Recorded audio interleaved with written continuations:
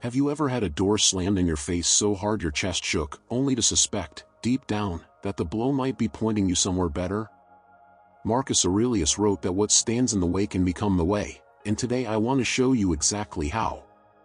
This isn't theory, it's a field guide. 13 Stoic power lessons to turn rejection into fuel. I'll even open 2 loops we'll close later. In 4, we'll uncover how to shine right after you've been passed over, and in 10, we'll learn a boundary-conscious silence that heals you without manipulating anyone. Keep those in mind as we begin. Here's the frame: a no is rarely a verdict, it's a redirection. It's data. With Stoic practice, we turn that data into decisions: breath before reaction, value before validation, action before approval. You'll leave with steps you can take today. If anything here earns your trust, hit like, subscribe, and tap the bell so these tools find you when you need them most. Ignore them. Not with bitterness, but with altitude. The thesis is simple: attention is a currency, and you become what you repeatedly fund. The Stoic reframe is control: what's inside your sphere is your choice of focus, not their opinion. Here's how you practice. You create a daily attention budget, a short list of 3 priorities that get your mind first. You remove unhelpful cues, the tab you keep refreshing, the feed that keeps you spinning, and you redirect the saved energy into your craft for 90 uninterrupted minutes. The benefit is immediate: less mental noise, more traction. Microstory: you were overlooked for the project at work. Instead of policing their silence, you finished the piece of analysis everyone else postponed. A week later, that deliverable is the document in the meeting, your name on top because you made something real. Don't react emotionally. Calm is your superpower when the email cuts, the text doesn't arrive, or the conversation stings. The Stoic sees emotions as first impressions, not final commands. Action 1. Do a 90-second breath reset: in through the nose, hold for a beat, out longer than in, repeat. Action 2. Name the feeling like a scientist: anger at exclusion, sadness at loss of connection. Action 3. Reappraise the story: this no is about fit, timing, or capacity, not my worth. The benefit: you regain agency. Microstory: someone you care about starts replying with one-word texts. You breathe, you label the knot in your chest, and you wait a day before replying with clarity instead of heat. You protect your dignity in the relationship, because you didn't make a moment a verdict. As Epictetus put it, people are not disturbed by things, but by the views they take of them. You might ask, doesn't this make me cold? No. It makes you clear. Empathy remains, reactivity drops. You can care and still keep your hands on your steering wheel. Stoicism is not ice, it's warmth with boundaries. Take them out of your mind. Rejection becomes a squatter in our heads because rumination pretends to be problem-solving. The Stoic reframe: train attention like a muscle and give your mind something worthy to carry. Action 1. Schedule 2 focused sprints daily, 25 minutes on a meaningful task, 5 minutes of a deliberate hobby right after, so your brain learns a cue. We move from thought to creation. Action 2. Design no rumination walks, where the rule is your eyes scan for specifics: a color, a pattern, a bird call, whenever the mind drifts back to them. Action 3. End the day with a 3-line journal: what stung, what I control, what I'll do tomorrow. The benefit: quiet returns. Microstory: a friend group stops inviting you to their Saturday plans. You redirect your Saturday mornings to a community garden for 4 weeks. By week 4 you're laughing with new people, your hands in the soil, and somehow the old social ache is softer because your life is fuller. Demonstrate your value. Here we close the first loop. After you're passed over, do the most Stoic thing: make reality undeniable through visible, useful work. The reframe is: value creation over validation hunting. Action 1. Set one output-based goal per week: an article published, a prototype shipped, a small client served. Action 2. Map your strengths to opportunities: I synthesize fast, I design clean, I explain complex things, then look for problems that match. Action 3. Publish proof: post a thread, share a demo, send a concise update with results. The benefit: traction. Microstory from work: you didn't get the promotion. You quietly build a small internal tool that saves your team 10 hours a week. 2 months later, the VP asks, "Who built this?" You didn't ask to be seen, you made the kind of thing that is hard to ignore. The limits triad. Level 1, pause and create space. This is a therapeutic pause, not punishment. Short no contact can be medicine for a reactive nervous system. The Stoic reframe, step away to recalibrate so you don't bleed on people who didn't cut you. Action 1, choose a clear container, 7 to 14 days with no outreach, no checking in, no secret surveillance. Action 2, tell yourself the truth, I'm pausing to heal, not to provoke a reaction.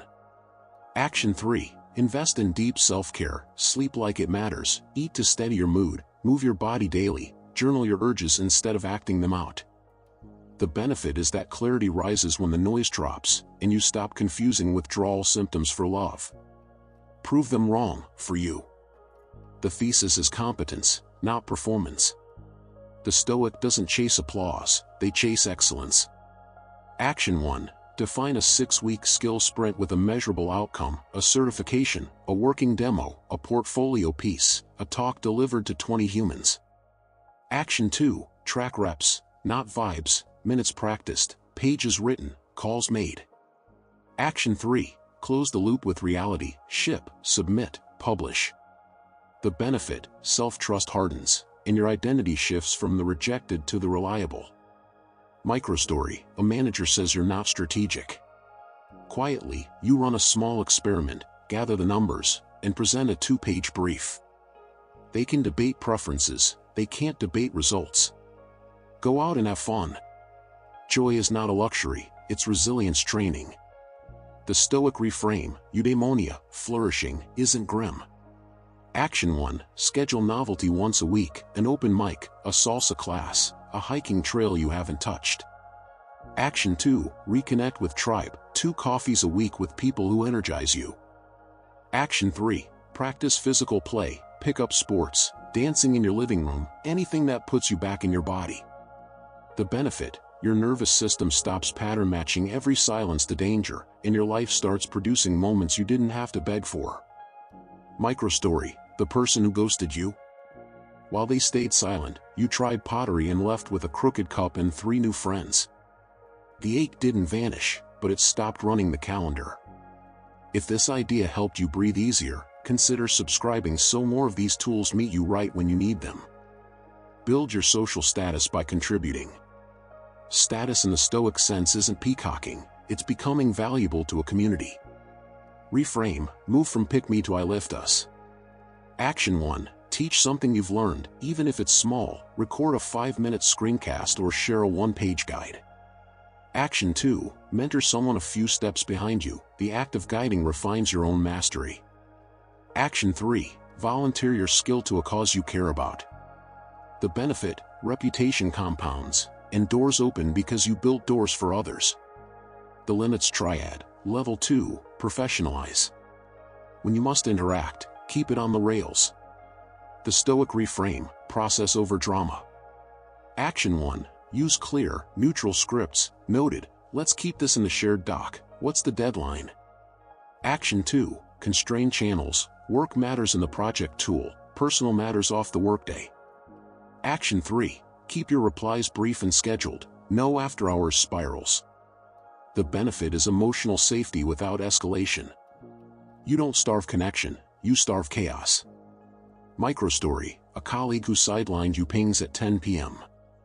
You reply at 10 a.m. with, added comments to the doc. See Section 3. Efficient, clear, boring, in the best way. The limits triad, level 3, silence with a conscious boundary. This closes the second loop we opened. It is not the silent treatment. It is an ethical, non-manipulative silence that protects your peace while you heal. The Stoic reframe, you owe honesty and kindness, not access or endless availability. Action 1, communicate once, cleanly, I'm taking space to recalibrate. I wish you well. No jabs, no hooks.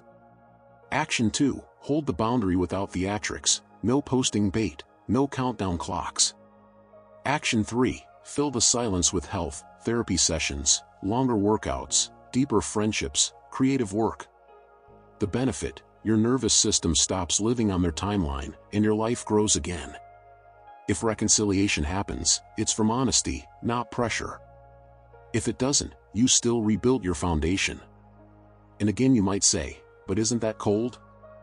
It's actually warm to everyone involved because it removes the push-pull that makes people worse. Compassion without self-abandonment is adult love. You're not punishing, you're preventing harm. You're not withholding, you're withdrawing from a game you no longer play. Don't beg for attention. The thesis is dignity. The Stoic reframe: attention begged for is never satisfying, because it feeds scarcity.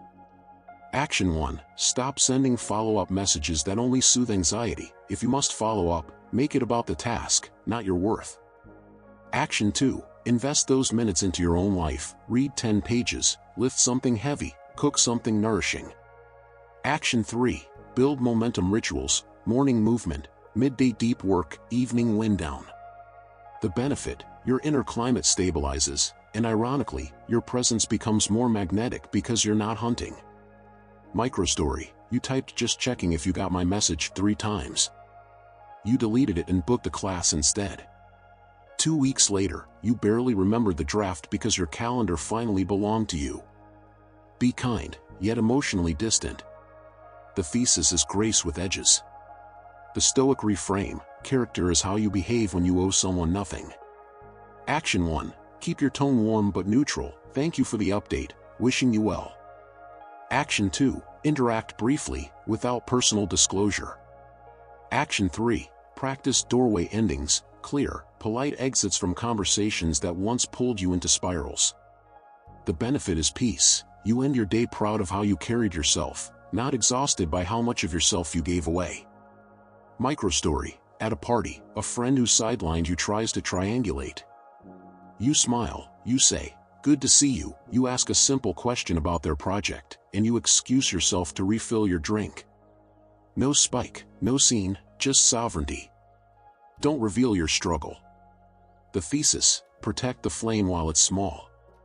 The Stoic reframe is internal locus: I do the work, results will speak. Action 1. Choose a tiny trusted circle or a coach for processing. The wider world gets your outcomes, not your wounds. Action 2. When tempted to post a blow-by-blow, write it privately and wait 48 hours. Most broadcasts won't feel necessary after you metabolize them. Action 3. Let your consistent conduct be the message.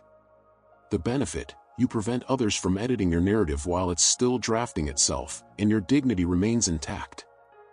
Let's stitch the narrative. Someone passed you over at work, you ignored the noise, kept your calm, and took them out of your head.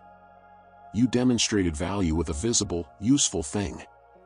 You used the limits triad: first you paused to heal, then you professionalized contact, and finally you practiced boundary-conscious silence to rebuild peace.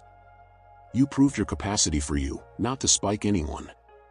You re-entered life through joy, built status by contributing, refused to beg, chose kindness with distance, and kept your struggle private until it transformed into strength.